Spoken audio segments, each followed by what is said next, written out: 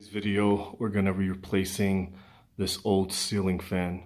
The first thing you're going to want to do before you remove your ceiling fan is you're going to want to find the source that allows the 120 volts to turn on and off to your ceiling fan. Here we have the light switch, and I'm going to turn that on. Once you locate the source for the power of your ceiling fan, go ahead and turn it off. So I'm going to turn that light switch off.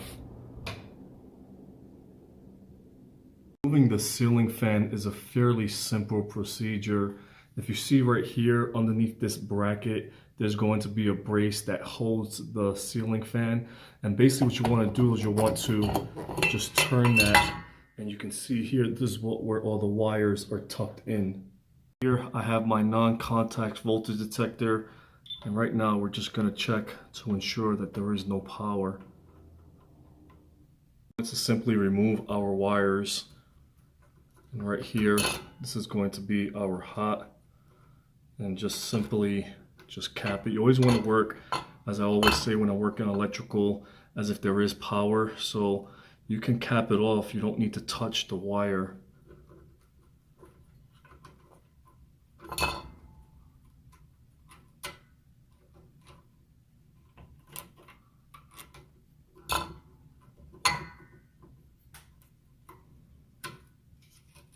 Remove the wires, you can literally just pick up the fan as one whole complete unit, and you can literally just pull it right out. Once you have the ceiling fan removed, now we're going to remove the brace that holds the ceiling fan.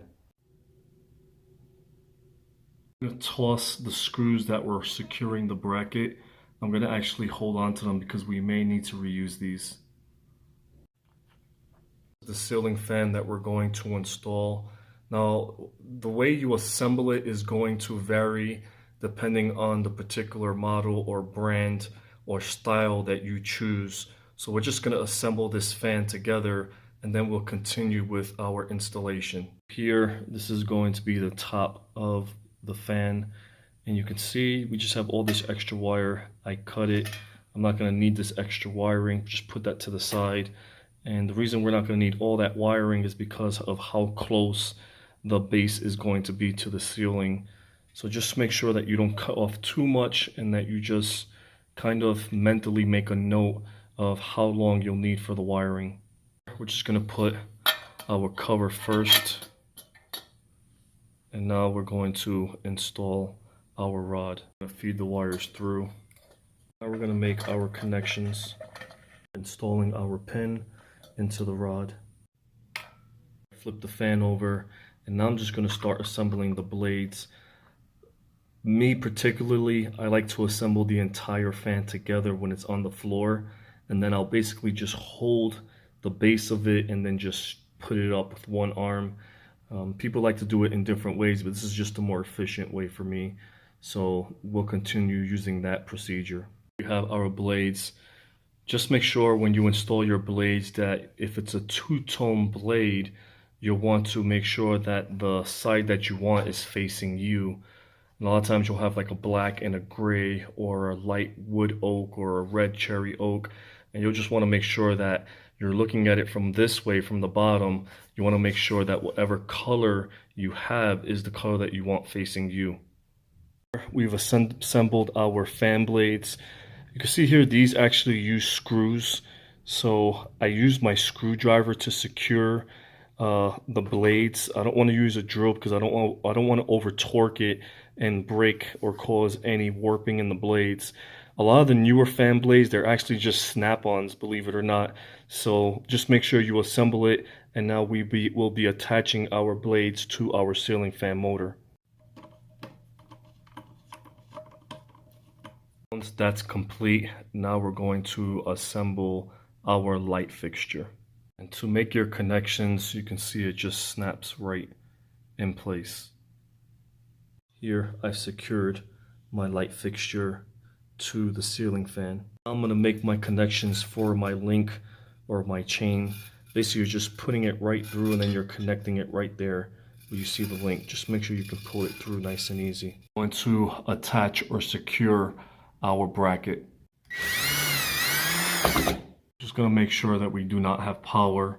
This is the non-contact voltage detector, and we do not have power. Have power, your non-contact voltage detector should start beeping and lighting up, alerting you that there is voltage. Here we're just going to loosen these screws, and this is just for the face cover. We just need enough. We don't have to remove it. We just need enough where we can just slide it on and twist. So that you strip your wires in preparation.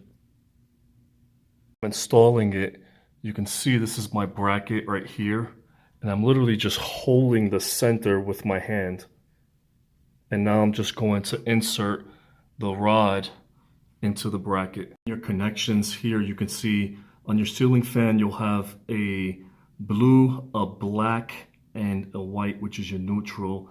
If you have the light kit on your ceiling fan, you're going to have to attach your blue and your black leads, and then you'll tie that to your black incoming power to look just like this. You're going to attach your neutrals, which will be your two whites, and lastly the grounds. Our connections, just put the wires, tuck them in, and now we're going to attach our plate cover. Light bulbs. Now just be mindful, some ceiling fans do not come with a light bulb. You may have to purchase those separately. I'm going to turn on our switch.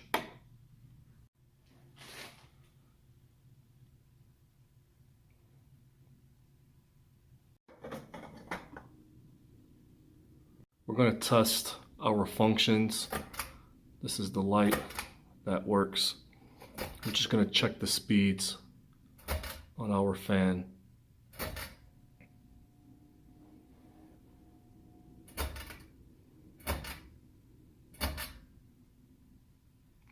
If this video was a help, if it was informational, please subscribe.